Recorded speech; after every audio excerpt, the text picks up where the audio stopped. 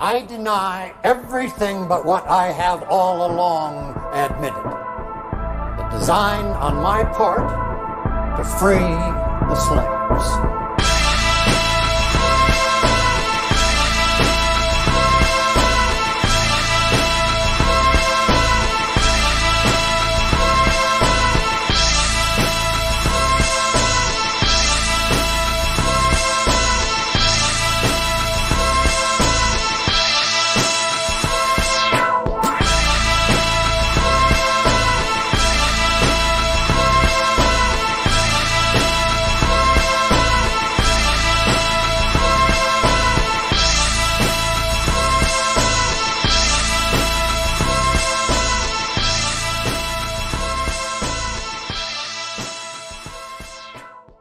Documented force used by FPD officers was against African Americans. What in the world? In every canine bite incident for which racial information is available, the person bitten was African American. Are they talking about police dogs, Sam? I think so. So we're still in the 1960s. Jesus. African Americans are 68% less likely than others to have their cases dismissed by the court, and are more likely to have their cases last longer and result in more required court encounters. African Americans are at least 50% more likely to have their cases lead to an arrest warrant and account for 92% of cases in which an arrest warrant was issued by the Ferguson Municipal Court in 2013. Available data show that of those actually arrested by FPD only because of an outstanding municipal warrant, 96% are African American.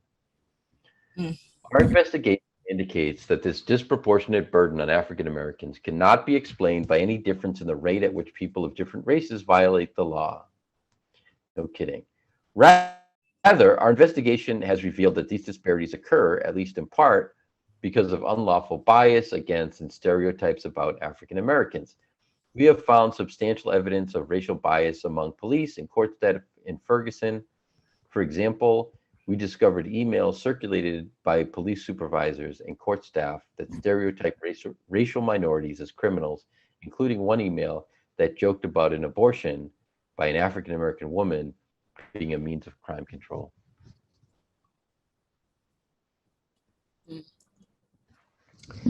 Here's an occasion when the Ferguson Police Department violated the Fourth Amendment.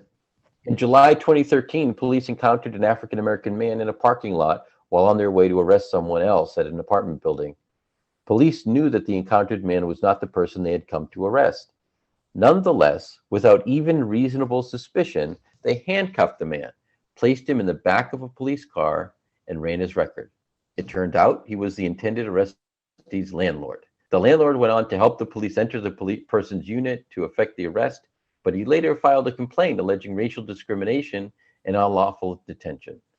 Ignoring the central fact that they had handcuffed a man and put him in a police car despite having no reason to believe he had done anything wrong, a sergeant vigorously defended FPD's actions, characterizing the detention as minimal and pointing out that the car was air conditioned.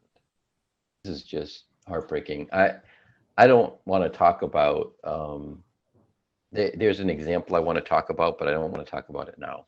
But I think I just want to say first that the number of them is unbelievable, but sadly, this is a minor, this kind of abuse in terms of how it impacts people, as bad as it is not the worst stuff that happens.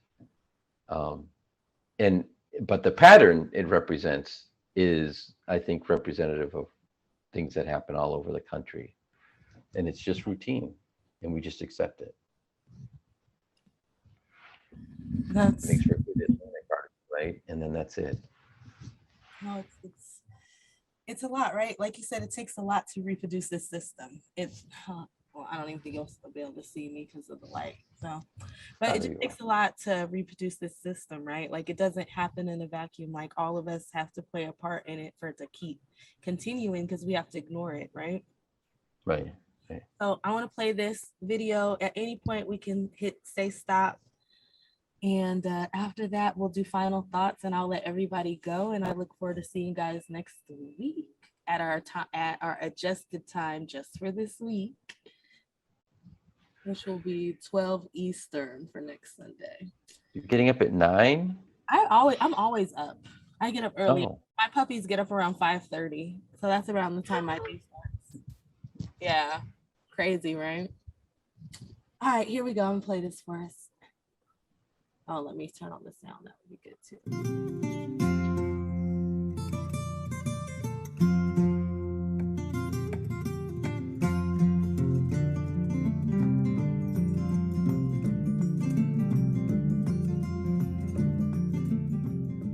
There's a kind of a fundamental basis for post-traumatic slave syndrome. How many of you are familiar with post-traumatic stress disorder?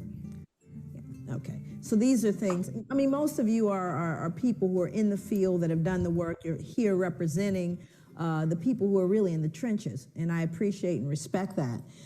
The theory very often, when people hear it, post-traumatic slave syndrome, I try to kind of get at kind of what's going on in the room. There's ambivalence, there's feelings of, you know, what? Come on now. What are we saying now about the slavery thing? It's over. You know, get over it. You know, we're done. We have that kind of feeling. And how possibly is she drawing a connection between something that happened so long ago and contemporary society? You know, come on, are you trying to find an excuse? Are you trying to blame people? You know, these are the natural kind of knee-jerk reactions to hearing the term post-traumatic slave syndrome. However, I would submit to you that, you know, it's based on research. So I did about 6 years of research specifically looking at violence. My area of focus is violence, and I'll cover that in my PowerPoint. Also, some of you may not be able to see points of the PowerPoint, but we're going to make it available to you, so you don't have to worry about it. There's a website where you'll be able to download my PowerPoint. Isn't that correct? Did I say that right? Okay, so that part you don't have to worry about. But I kind of want to set the ground so that we can all advance and move forward together. Now, the reason I do that, and the reason why I began that way, is because there's an assumption, a fundamental assumption, in a room this size with people very well educated, people very well exposed, that we're all entering this discussion at the same level. And we are not. I can guarantee you we are not. We all have our ideas and our beliefs, and then we all have our experience. For example, the people of color that are in the room, all the people of color that are in this room are arriving in this room at a different level because they have lived in this skin. And we're rarely given any kind of appreciation or understanding of what you have to live with walking through the world with this skin. So you kind of come in at a different level of awareness about the discussion. And then you have folks that come into this discussion that are educated around it, that are clear about it, but can't really empathize their way through it. In other words, it's not a feeling thing, it's a cerebral thing. So some people stay intellectual because that's a level of comfort. Nothing wrong with that. But very different from the person who lives in the skin. It is personal and it is emotional. Okay, so all of that's going on in this room even before we get started. But as people commit it, you know, it may get a bit uncomfortable. But that's okay, because it's been uncomfortable living in this skin. It's been uncomfortable. And we have to learn how to deal with that discomfort and stay in the room. So when we look at the fundamental premise of trauma, and we understand the nature of trauma, we know that there have been other groups that we've looked at the etiology of contemporary behavior based on multi-generational trauma. One group, Jewish Holocaust, families of Jewish Holocaust, and the fact that the Jewish community is very, very clear about honoring that Holocaust. So much so that Spielberg will probably make another movie. And I'm not mad at him, because what he's doing is ensuring that the generations that come will never forget the Holocaust and its impact upon Jewish people. You'll look at folks throughout the world, even Aboriginal folks in the United States, where more focus is being done on what colonialism has done. We've looked at Japanese internment. We've looked at Australian Aboriginal folks. We've looked at multi-generational impact of trauma on people who have had tragedies like the tsunami victims.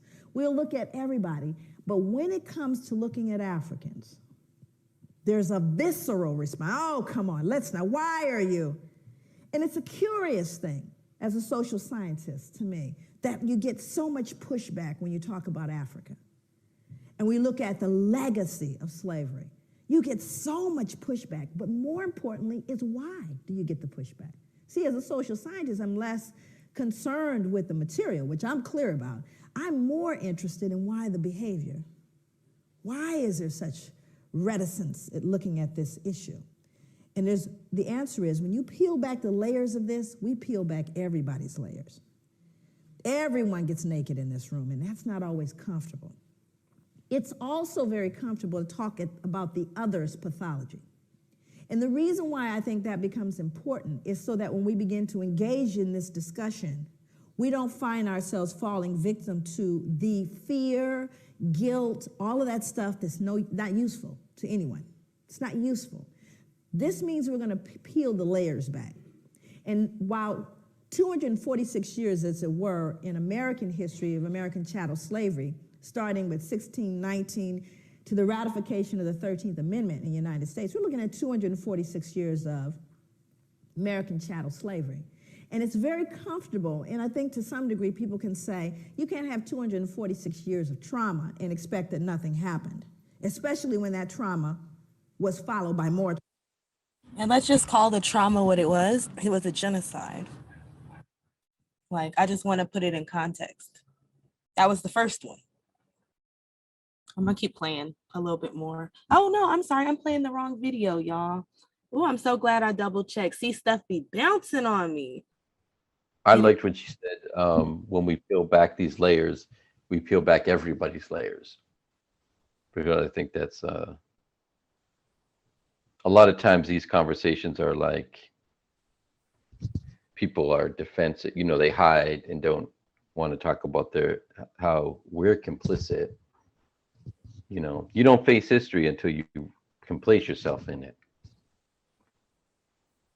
That's true, because that's true because I didn't like history when I was in school because, you know, they feed you a bunch of stuff you don't care about. But as soon as as soon as I started reading as an adult and started getting into, really getting into it, like, man, when I tell you I learned. I feel like a lot of public schools is like an indoctrination method for a lot of white people, like, because this stuff, because I think looking back when I was a kid, it's insulting that, because my father, he was born in Jamaica, but he came here and he told me, and he was telling me, like, who's the first U.S. president of the United States? And I look back at him as an adult, like, you really wanted me to know who the first president of the United States was, it was a white man who owned black people. Like, I hope, like, it just, to me, is like, why should I feel proud that I know a slave master?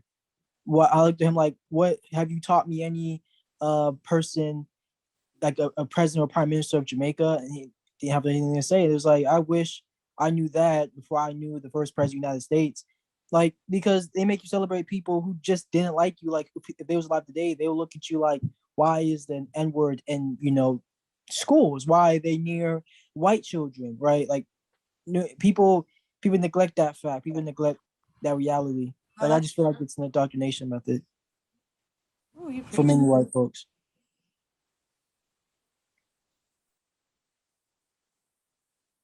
You're muted. I said, I said, that was really good. I said, does anybody have anything else? So if not, I'll share. I actually found the video because it's on the Reset Race page that I wanted to use. But I guess it was good because she really did a good explanation, right? So everything happens for a reason, right? Anybody got anything? Bantu, you got anything? All right. I think to myself, if I were up here in front of you right now, and this is going to become very important as I move into the other slides. If I stomped a puppy to death up here, just a little puppy, and stomped it right here to death in front of you, most of you would need therapy. And I would be arrested probably faster than killing a black man for killing a puppy. Now I want you to look at this photo very closely, and I want you to see who's in it. More important than the man hanging, because you got to understand the lynchings that occurred in America happened after slavery. Not during. Thousands of lynchings happened after slavery because this is a reaction to white fear of what we would do once freed. But we didn't create a vigilante group to take out white people, but they did create a vigilante group to take us out now that we're free. See, that happened after slavery. They were called the what? The Ku Klux Klan, they don't wear hoods anymore, they wear suits. But they're alive and well all over the world, even here. So, look at who's in the picture. I want you to look at this little girl in particular. You can't see her closely, but she's actually grimacing, like smirking. Now, remember, let's go back to the puppy concept here. She would be loathed and torn up probably if this was a puppy, which means he's less than that. We gonna go into this, but since I always take a moment to kick the shit out of the white people's party, can we talk about how the white people, well, I don't want to talk about it, but basically with what she's saying, y'all care more about y'all dogs than you do black people. And literally the white people's party has a section in it where they talk about animals, but there is no black agenda or reparations on their list. But they have a very nice, robust plan for the Native Americans and everybody else.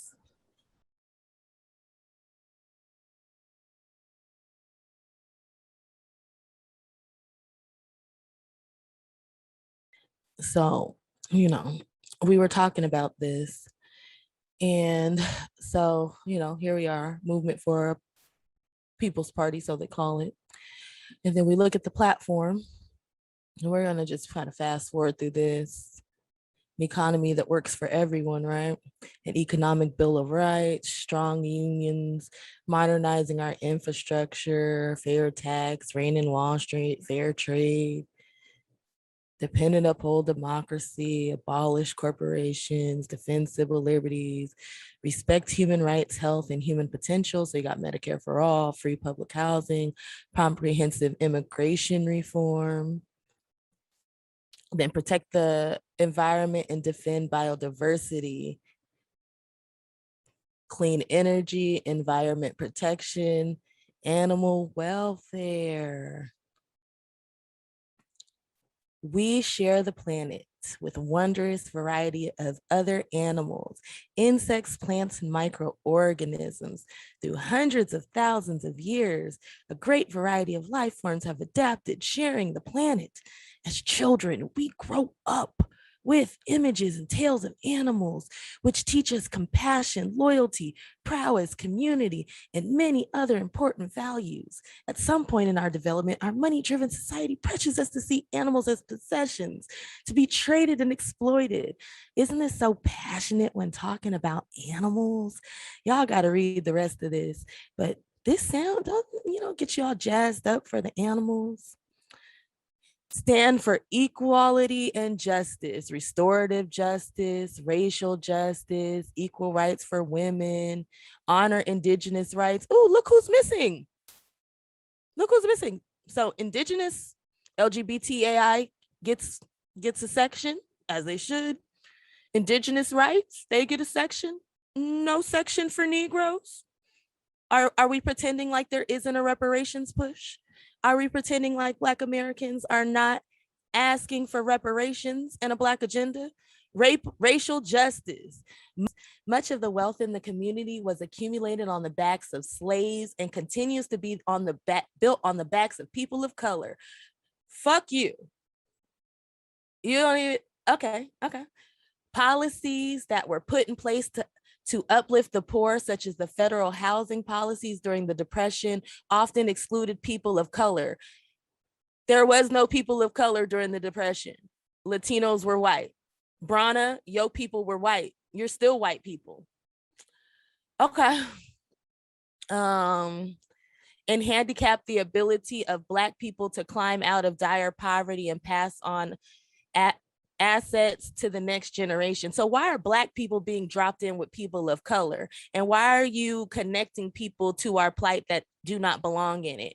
A history of racial policies have resulted in massive racial inequality. A recent study found that Black and white children, that Black families with children have just 1 cent of wealth for every dollar held by non-Hispanic white families with children.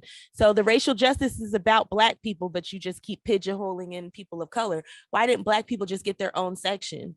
Black Americans who descend from chattel slavery, US Freedmen, US Freedmen.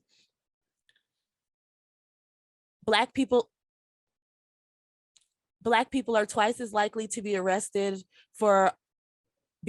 and almost 4 times as likely to experience the use of force during encounters with police. Black and Latinos.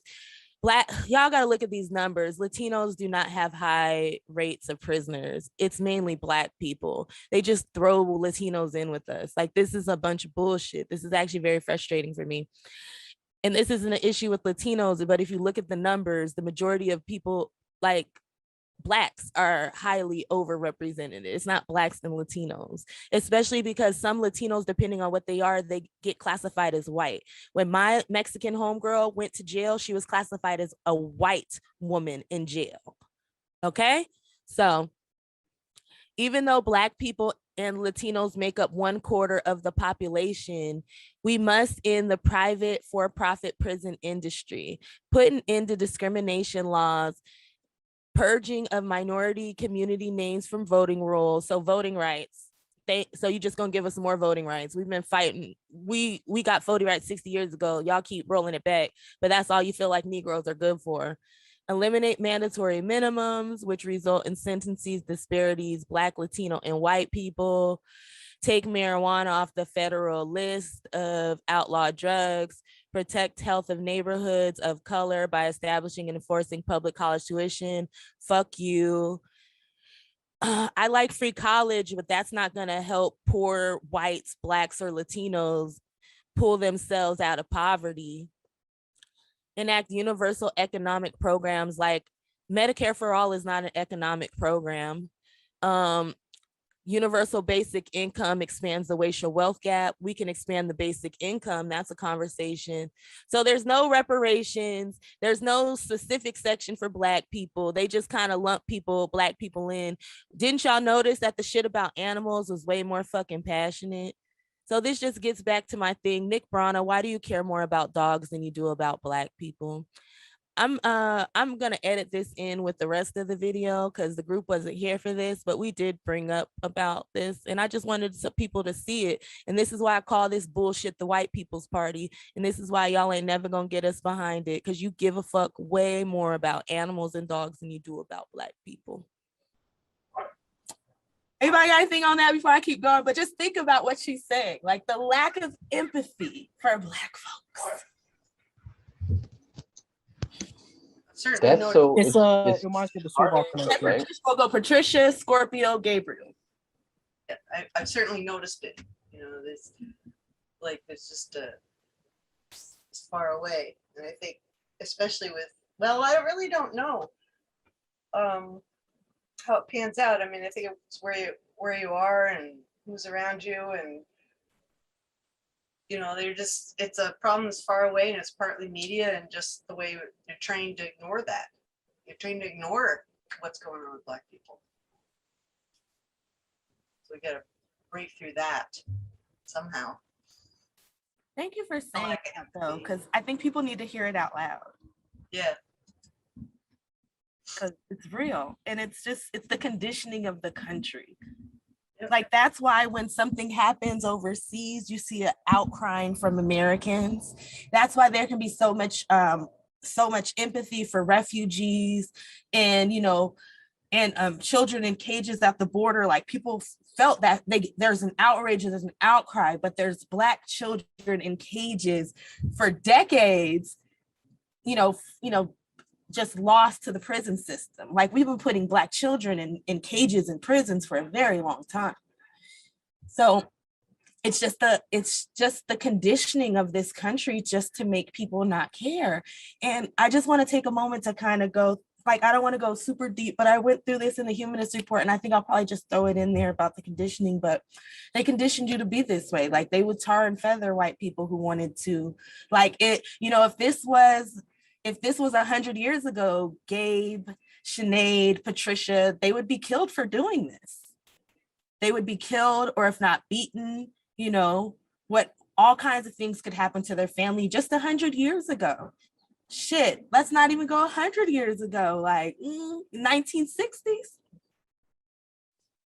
So we need to really really start understanding what this is so we can kind of move forward. I'm gonna put in the video because I think I actually did a really good job of explaining it in there, and I don't want to take up too much time because I want to actually keep getting through the video. Do we have anything else, or should I keep going through the video, guys? Oh no, Scorpio, you had something, right? Please go. It's the Subaru commercial in which they basically during the commercial they used BLM imagery to talk about animal rights. It was like PETA, and many people were offended. This happened in 2020, so it's about to be 2 years since this commercial, and people were not having it. They were not having it because they did the animals did the knee. Oh, you're muted. Oh, I was saying, could you remember to send that to me because I want to make sure that is in the video. I'll send it. Thank it's you. A very short commercial, and people were insulted. That's really what I'd say when you say that they care more about their dogs than they do care about black people. That's been the thing throughout history. People care more about the dogs. Everyone has humanity and empathy for dogs and everybody else before they even promote rights for black folks, because that apparently black people don't deserve anything, and if they are asking for reparative justice, then they're trying to get handouts for labor that they because everyone talks about hard work in this country, but in reality, this country was built by people who really exploited others. They didn't have to work so hard because the people they exploited were working hard for them, because if they didn't, they would die. Yes, they stole our earned inheritance. Go ahead. That's how I had to say. Okay, I'm gonna get back to this video then. This little girl is not disturbed by this, but she should be, shouldn't she? People always ask me, they go, Joy, what was the impact on white people? There it is. Right there. Can't feel any empathy for him. None, zero, zip. There's a little one back here, even smaller. Because whatever she's been taught or told, socialized to believe, makes him no longer human. That's the greatest danger to white people, is that they can't feel it. And there's a reason why white people can't feel what we're talking about. My God, what would you then feel? It's tough. So I've got to believe, oh, it's all over now. It's not my fault. I don't benefit. It's not a big deal. Let's move on. It's not all of those things. But we don't say that to Jewish people. I dare you. But you have to understand. I'm not going to get super deep into that, but you saw what happened when Bree just told a Jewish woman that she should try to de-radicalize Nazis. She didn't even go full over the line. Well, she went over the line, but you understand, she didn't go the way they come at black people. Right. And you saw the type of heat she took. So I'm gonna keep going because I don't want to get super deep in it, but I just wanted to point that out because she's making a point right there. It's you only do this to black folk. Understand, when you unearth this one, that's what we did to our children. Let's move forward. This is a similar photo to the one that is used in Denzel's movie. Now, and again, most important, this is a man that's being burned. Also, I won't read the depiction, but there are newspaper accounts of this. It's written in a book called 100 Years of Lynching by Ginsburg. No pictures, just newspapers that say not only did they burn him, they decapitated him, cut him into pieces, and used parts of his body as things to put on mantles. So people would say, get me a tongue, would you, or a liver, a little crisp, so I could put it on the mantle. Now, again, I want you to look at the folks. I want you to look at who's here. We're not talking about the toothless, big gut, hooded wonder, are we? We're looking at plain old, common, dressed up folks. They're squeezing, please, I want my picture taken. Are you following me? This is somebody's cousin, uncle, somebody. These people are... And the ability to do that, dehumanize this man and rob them of their humanity all at the same time. All at the same time. That is the most dangerous, treacherous thing that can happen. What did Hitler do? Sorry, I want to take a moment. I got something for you. I got something. Hold on. I keep seeing this meme going around on Twitter where they're talking about, like, of course, the grandbabies of, the people who did this, like yelling at the girl trying to go into school, don't want them to learn CRT. Let's go further. These people saw what the Jews did to the Nazis, and they know if the tide changes, their old asses are going to jail, because a lot of these people are alive right now. Why aren't we doing facial recognition software? Why aren't we going and looking these people up? There's a picture right now on Twitter. I'll have to try to remember to go and get it. There's a 100-year-old man. There's no expiry date on justice. That's what lawyer Thomas Walter tells those who ask him about the prosecution of the last surviving Nazis. He's representing the descendants of the victims of the Holocaust at the trial of a 100-year-old man known only as Joseph S., in the dock for his role in the murder of thousands of people more than 70 years ago. This trial is the trial of belated justice. It's also late because German justice has for decades neglected the trials of former Nazis, and it was not interested in prosecuting the criminals. The man facing charges was a guard at Sachsenhausen outside of Berlin. Opened in 1936, it was one of the earliest Nazi concentration camps where many SS officers were trained. Joseph S. worked there between 1942 and 1945, standing guard in a watchtower. He's accused of shooting Soviet prisoners of war and killing inmates using Zyklon B, the poison gas used to murder millions of Jews during that period. For Antoine Grumbach, whose father perished there, this complicity constitutes a crime against humanity.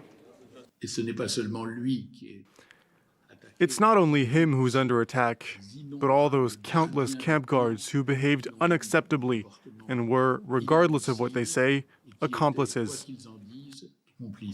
In recent years, German prosecutors have pursued a number of elderly people who contributed directly or indirectly to the Nazi extermination project, including a 96-year-old woman who last week attempted to flee justice at the last minute.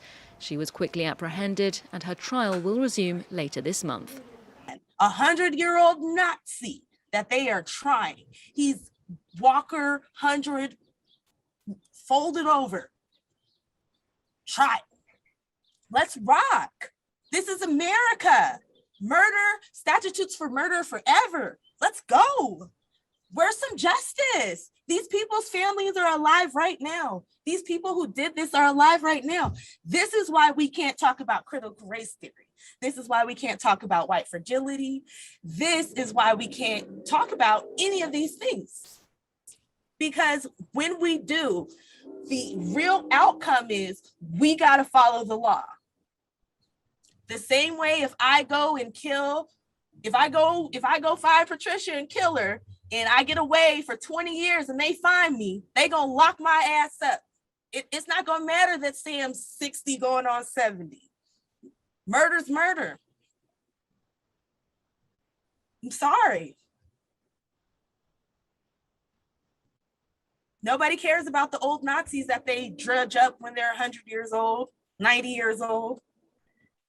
Nobody says that happened 70 years ago, 80 years ago. No, they put their ass on fucking trial.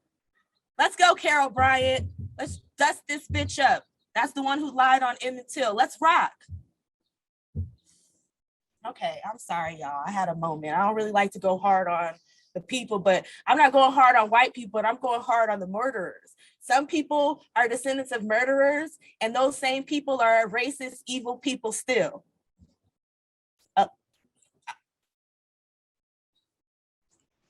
Bantu wants to chime in, it looks like. Please do. Yeah, I was just going to say that, like, I agree with you when you say, like, looking into these old cases, or even, like, putting a lot of cases that wasn't, like, written down on the books, because, you know, they just was talking about how they found the Zodiac killer. So it's like invest that same type of, like, research. Into, I didn't know that. Oh, shit. Yeah, you didn't know that? Yeah, no. They just was talking about that all over the internet, about them finding the Zodiac killer. So it's like, if Who y'all is can it? find the Zodiac killer, Yeah, it who was is some it? old dude who died like I think back in the 80s or something like that. Ah, shit. Hold on, let I me would Oh, love link for them the to gotta see throw that article his in here. ass into jail so we can prove a Mhm. point.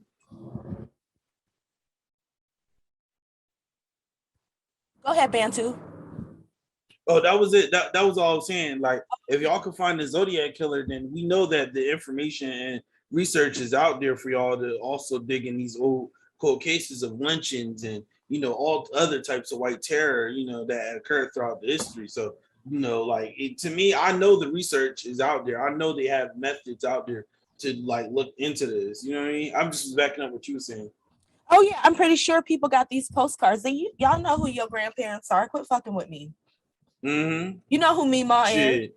They might got books and records and memorabilia of like body parts Yep. and stuff that they didn't took from these lynchings and stuff like that. If you look deep into their houses and whatnot, I'm telling you never know y'all. what you might find, because you also hear stories about that when it comes to Nat Turner and after the rebellion, how they really auctioned off parts and pieces of Nat Turner and sold them after they lynched them. You know what I mean? So I know there's probably a lot of like old like households and little storages that's probably filled with all kinds of memorabilia and whatnot of their previous terrorist years and whatnot. Mhm. Oh, All right, some dude. Here we go. I'm about to link the article right here. please do. We're gonna. So the good thing about us dropping all this stuff is in the chat is I could just copy and paste all this stuff into the description box. So we have a lot of links. So for those of y'all who really want to go through this stuff, y'all gonna have fun because it's a lot of links. Dehumanized human beings, put babies in ovens. Anything that robs us of our humanity is a danger to everyone. And that is what's going on with people of African descent all over the world, because not only did it get done here, but who did we tell the entire world? We told these people don't deserve any value. Everyone wants to be American, not y'all. 15,000. But when we go, I literally go to countries all over the world. America sets the standard, and thank God for what happened later. Let's move forward. So a lot of people start saying, well, y'all got free, right? Y'all are free, everything's fine. Because see, whenever you talk about post-traumatic slave syndrome, people get locked there. So there's a myth that after slavery ended, the playing field was leveled. Was it? Remember, all the lynchings occurred after slavery. That wasn't during, after slavery. So you had black sharecropping. Now, we didn't get a lot of black history in our schooling. I have 4 degrees, and 3 of them advanced degrees. Never did I get black history. I got about 2 pages of black history, and one page was a picture. And there was a picture of the little folks with the cabin. You probably saw the same picture. It's a little cabin. I didn't even get a cabin. The little guy on the porch with the banjo. Little children running, frolicking about, eating watermelon. Right? Can I just take this moment to be honest? I do not remember learning about slavery in school. I do not remember learning about slavery in school. Okay, I was gonna say that. Everybody happy? And we certainly need little Mary and little Johnny to believe that they were happy. The slaves were happy people. And they had a nice place to live. Because we couldn't have them feeling cognitive what? Not little Mary. She can't start questioning what Grandpa did. So I want you to see this, because those are leftover slave quarters. He's a sharecropper. So now let's go back and take a look at sharecropping. Now these are folks that were slaves, no longer slaves. Lineage tape. Decided, I'm going back to be a sharecropper on the same plantation that I was enslaved. Why would you do that? You all heard about Katrina, yes? Yeah. See, I was there. My family's from Louisiana. I went to the 9th Ward. Sometimes you can't pay attention to what the news says. It's important to actually go eyeball what's going on, which was very interesting, because it was one of the most horrific events I'd ever seen and probably will ever see in my life, where black folks were just simply treated differently. Did you notice that? Here's the good news about Katrina. Everybody noticed it. So all the rest of the world, where we learned, send us your poor, your huddled masses yearning to breathe free, your democracy, your equality. They said, what happened with that Katrina thing? All that stuff y'all talked about. Well, let me read this. This is from Associated Press, taken straight from the newspaper. In the front, actually, the top part here is actually a woman, but they think it's a man. Anyway, it says, a young man walks through chest-deep floodwater after looting a grocery store in New Orleans on Tuesday, August 30th, 2005. Same body of water down here, excuse me. 2 residents wade through chest-deep water after finding bread and soda from a local grocery store. Now, same event, same water. White people, black people. We've told you what you see now. That removes your what? Dissonance, because these people can't be perceived as looting. They're white people. White people don't loot. Now, the truth of the matter is, I don't care what any of them are doing. It doesn't matter, but I'm going to still the social conscience by letting you know, don't forget, this is a looter. Matter of fact, what you last heard was that they were looters and rapists. Did you not? So don't they deserve it? That wasn't back in, I don't know, slavery though, was it? Now we're going to kind of move into operationalizing that to look at what is it, how do we begin to connect that behavior, that history to what we're dealing with and what you're dealing with right now and what we're seeing. And very often people say, well, is everything post-traumatic slave syndrome? Obviously that would, trivialize all the work. We cannot lay squarely on the shoulders of post-traumatic all the problems that we see, nor can we place all the problems squarely on the shoulders of white people or any of the above. So hopefully we won't digress into anything that is that foolish in terms of a discussion. Because, that's another thing that happens in terms of trying to deal with the pushback around this. Then we move into extremes, and it tends to dilute the realities that are going on. So hopefully we're way beyond all that. Well, now she's saying everything is post-traumatic. No, I'm not. And most of my work, my background is really in the field, doing work in the community and grassroots. That's where my training was in terms of my clinical work. And just, the fact that I've always been, this work started on the ground. It didn't start here. Matter of fact, I got the attention of places like Oxford and Harvard and, the Ivy League and major institutions, even the FBI, but those were things that happened after I started doing the work on the grassroots level. And so it's, for me, my commitment is to healing. So this is not an exercise in some kind of broad intellectual esoteric. It's really about how do we then take this information and help a person extricate themselves from behavior that they've learned and or been socialized to believe, black and white and everyone in the middle that has been affected by this. What do we do? So this is kind of looking at Dan, can we pause contemporary for just a second? Kind of reflection of the Yeah, we can actually finish it up there because there's only a few more minutes and I want us to have plenty of time for closing thoughts. So please go ahead, Gabriel. Okay, I just wanted to say I really appreciate her. I really do appreciate the hard work that she and Danette is also doing in healing people who white folks who are part of this legacy or whatever. I don't. That's less important to me than other work, and I don't actually care about those people very much. I care about some people who are struggling and doing the work. I automatically have, feeling. I feel like Patricia and Sinead and all the people who have come here. These are people who are traveling to the space of the work. So I'm worried about these people. I care about what happens to them. If they need help and I can help them, I'm going to help them. I understand that there are hardcore racist white people that some people are concerned about trying to bring to a place of reconciliation or reconciliation or, trying to take me out. Was that a bird? Because, we can only see the reaction. Yes, it was a whole big ass, like the crow came for me, y'all. That's trippy because we could only see it, but it was kind of anyway. I'm saying there's only so many people people we have to worry about. And to really get down to brass tacks, and we talk about how the sausage is made, all I'm really worried about is whatever number I need to get reparation bills passed. So if I had a level of precision where I had the exact count down, and you're like the one extra white person after that comes and says, I need some help and you need to help me with my racist problems or whatever, I'm not interested.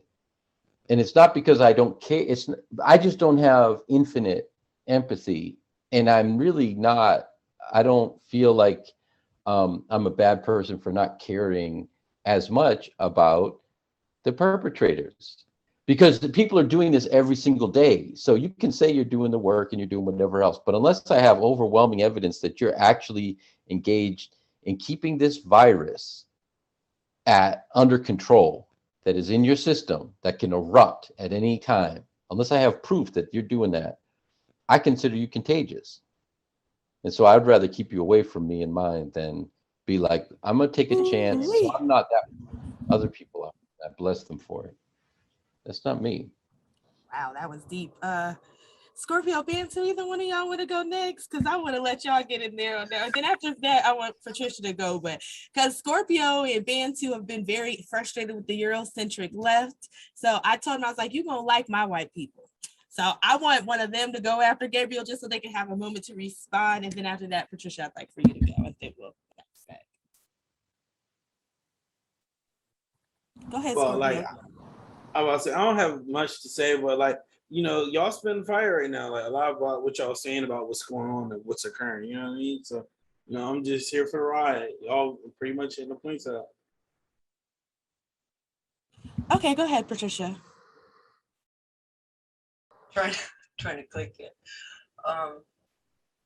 Yeah, I just feel like we get to a tipping point of, and I know there's also discussions amongst the Black American community, and not everybody's quite yet convinced about the route to take.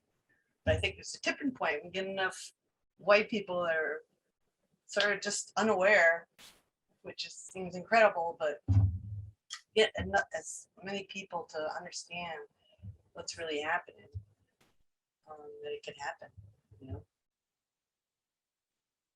Just need to get enough understanding up there. Right? Yeah. We make it so hard, but it really is simple. All right, Scorpio, you got anything? I think we can easily accomplish it. I mean, I don't feel this is I mean, when I was younger, I looked at the world, I looked at the problems like, you know, poverty and everything, and I thought it was impossible, but that's because the world taught me, not the world, but that's because the country was trying to make me feel as if this was the only possible society that we can have. But you know, educating myself, knowing more, being more aware, I look at everything and I say, nah, this ain't that difficult. Like if for people to know, like white people that want to know what can I do, it's like all they have one easily. I'll look at white books and be like, educate yourself. But another thing I would say is institutions, and not just institutions. You can find a group that is trying to educate themselves. Like, how would someone know about the issues of another if they don't look into those issues? We got like a lot of books out there that will tell you what exactly one went through. Like, I'll look at a white person and say, I'll look at them and say that you see that person right there that is getting, you know, that, or you see someone back then that was being enslaved, right? And they'd be like, yeah, I'll be like, so picture yourself enslaved. So, you know, are you telling me you wouldn't fight for that person, that person's life not matter? And for them, it's like they think about it in an argumental sense. They think about it in the sense of like a debate or a philosophical sense. And I say, screw that. If somebody were to attack your best friend, your little sister, your mother, your father, what would you do? You fight for them, right? So like if you were looking at that person like, and you looked at that black person that was basically being treated like that, are you going to fight for them? And you know, they have to first really start thinking about what is humanity, what constitutes as like value, what constitutes as important. Because, you know, you're telling me that person right there is not important. If you can't fight for that person, that you claim you care about, you only care about that person. So, you know, you're preaching. So I can't be a class reductionist and say I care about Black people. Chairman Nick, I can't be talking about Medicare for all as revolutionary. Wait till I post this video that me and Scorpio were talking about this anarchist thing, because you can't be revolutionary. But let's keep going. Sorry, never mind. I'll be taking jabs and digs, so let me stop. Go ahead. Because I could see people learning, and that's if for one, people are taught, like, you know, people don't want CRT, but and some white people will try to fight for CRT, but I would look at those white people who fight for CRT, because like this is a pretty complicated situation. I would tell them, have y'all read CRT? And they said no. And I'm like, don't defend something that you don't know. Because if you don't know it, how can you defend it? You better go read into that CRT and find out what CRT be talking about. And then you better understand that if it's being taught in school, you better know who's teaching it.